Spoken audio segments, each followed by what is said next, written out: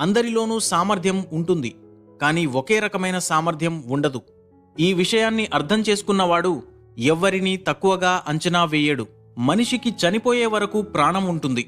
ప్రాణం ఉన్నంతసేపు ఏదో ఒక అవసరం తప్పకుండా ఉంటుంది. అవసరాలే మనల్ని నడిపిస్తాయి. మనం నడిచే దారులే మనమేంటో నిర్ణయిస్తాయి. గమ్యం ఎప్పుడూ నీ గుమ్మం ముందుకు రాదు, నువ్వే దానికోసం పరిగెత్తాలి.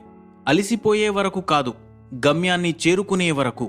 కష్టాల్లో ఉన్నప్పుడు కూడా నవ్వగలిగిన వారే నీకు ఆదర్శం కావాలి. ఆపదలో ఉన్నప్పుడు కూడా ఇతరులకు సహాయం చేయగలిగిన వారే నీకు స్ఫూర్తినివ్వాలి. నేను అనే రెండక్షరాల త్రాసులో అహంకారం, ఆత్మాభిమానం అనే రెండిటిని సమానంగా మోయాలి. ఏది తగ్గినా ఆ పదానికి విలువ లేకుండా పోతుంది. రేపటి కోసం కష్టపడుతున్నాం, రేపటి కోసం దాచుకుంటున్నాం, రేపటి కోసం ఖర్చు పెట్టుకుంటున్నాం. అన్నీ రేపటి కోసమే అయితే అసలు రేపు అంటూ నువ్వు ఉండకపోతే